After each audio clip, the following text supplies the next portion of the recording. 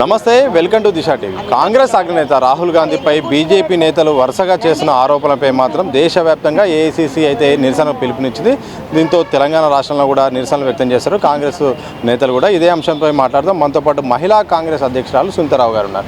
రాహుల్ గాంధీని టార్గెట్ చేస్తూ తన్వీందర్ సింగ్ అయితేంది, అలాగే కేంద్ర మంత్రులు, ఎంపీలు, బీజేపీ నేతలు వరుసగా కామెంట్లు చేస్తున్నారు, విమర్శలు చేస్తున్నారు. ఒక టార్గెట్ కామెంట్ జరుగుతున్నాయి. ఏం చెప్పదలుచుకున్నారు విషయం? తన్వీందర్ సింగ్ అనేటోడు ఎక్కడి నుంచి వచ్చాడండి? కాంగ్రెస్ పార్టీ నుంచి పోయినాడు.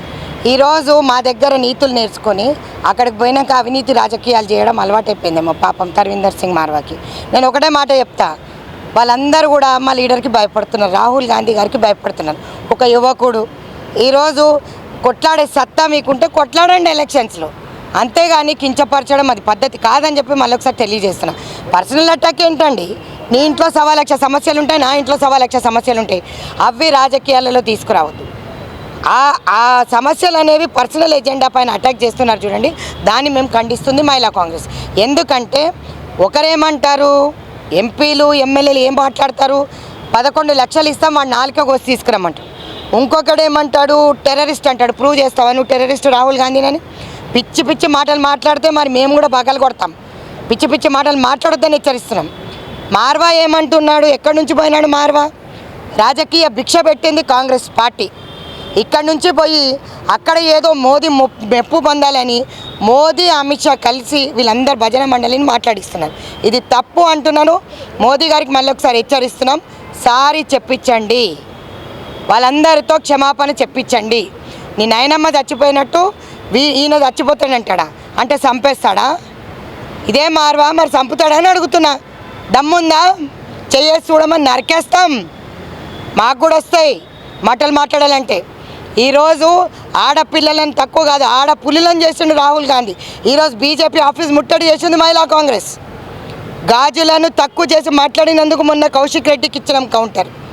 ఈరోజు అదే గాజులు ఎంత పవర్ఫుల్లో బీజేపీ ముట్టడి ఆఫీస్ ముట్టడి చేసి చూపించాం. మమ్మల్ని తక్కువ అంచనా చేస్తే కుర్చీలు లేచిపోతాయి. ఇప్పటికే మీరు 400 पार कहाँ है मोदी जी? 400 पार किधर है? आज महिला कांग्रेस के अध्यक्ष पूछ रहे.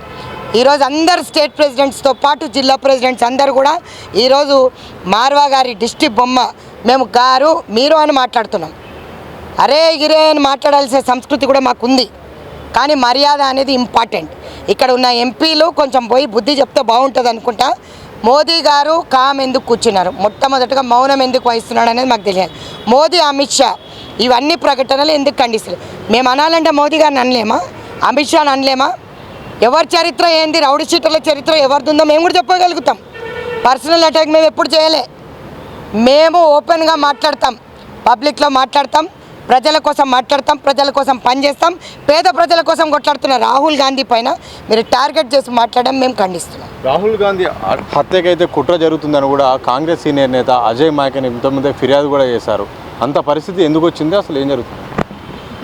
ఈరోజు మార్వా గారు చేసిన స్టేట్మెంట్ ఇండైరెక్ట్గా మోదీ గారు ఏమైనా చెప్పించినా ఏమో మరి, హత్య కుట్ర ప్రయత్నం ఏదైనా చేస్తున్నారో ఏమో మరి, అంటే ఒక హింట్ ఇచ్చిండేమో అనుకుంటున్నాం మేము. ఖబర్దార్ మోదీ, మళ్ళీ తెలంగాణకు వస్తే మాత్రం ఈసారి తెలంగాణ మహిళా కాంగ్రెస్ ఊరుకోదు. ఎంత సెక్యూరిటీ ఉన్నా మమ్మల్ని జైలు వేసినా పర్వాలేదు, ఆయన మాత్రం అడ్డుకుంటాం. వీళ్ళందరి అంటే కుట్రపూరిత రాజకీయం ఏ విధంగా అంటే మొట్టమొదటిగా ఎవరికైనా పదవి వచ్చాకన్నా ముందు లీక్ ఇస్తారు. సో అదేవిధంగా నిన్ను చంపుతామనే లీక్ మార్వాతో ఇప్పించిండని అనుకుంటున్నాను నేను. ఐఎమ్ ఫీలింగ్ దట్ 100% ఈయనతో లీక్ ఇప్పించిండంటే అది ప్రధానమంత్రి అయి ఉంటాడు, లేదంటే క్షమాపణ చెప్పించేవాడు కదా. క్షమాపణ ఎందుకు చెప్పిస్తలేడు? అమిత్ షా నోరెందుకు మూసుకున్నాడు? మోదీ నోరెందుకు మూసుకున్నాడు?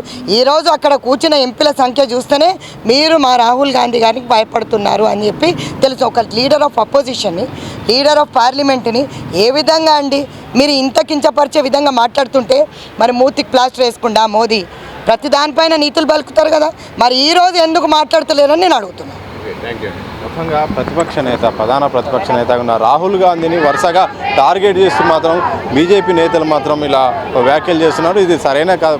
రాజకీయాల్లో పర్సనల్ టార్గెటింగ్ అనేది సరైన పద్ధతి కాదు. తప్పకుండా మేము నిరసనలు వ్యక్తం చేస్తాం, అవసరమైతే కోర్టు దృష్టికి తీసుకెళ్తాం. అయితే ఇలాంటి సందర్భంలో అమిత్ షా కానీ ప్రధాని మోడీ కానీ ఎందుకు మౌనంగా ఉంటున్నారు? ఇలాంటి వ్యాఖ్యలు చేస్తుంటే అడ్డుకునేది పోయి కూడా ఇంకా దీన్ని ప్రోత్సహించే విధంగా మౌనం దాల్చడం వెనుక మాత్రం వాళ్ళే దీని వెనుక ఉండి రాహుల్ గాంధీని టార్గెట్ చేస్తున్నట్టు తెలుస్తుందని కూడా మహిళా కాంగ్రెస్ అధ్యక్షురాలు సునీతారావు వ్యక్తం చేసిన సందర్భం చూడొచ్చు. గాంధీ భవన్ నుండి కెమెరా పర్సన్ వంశీతో సత్య దిశ టీవీ.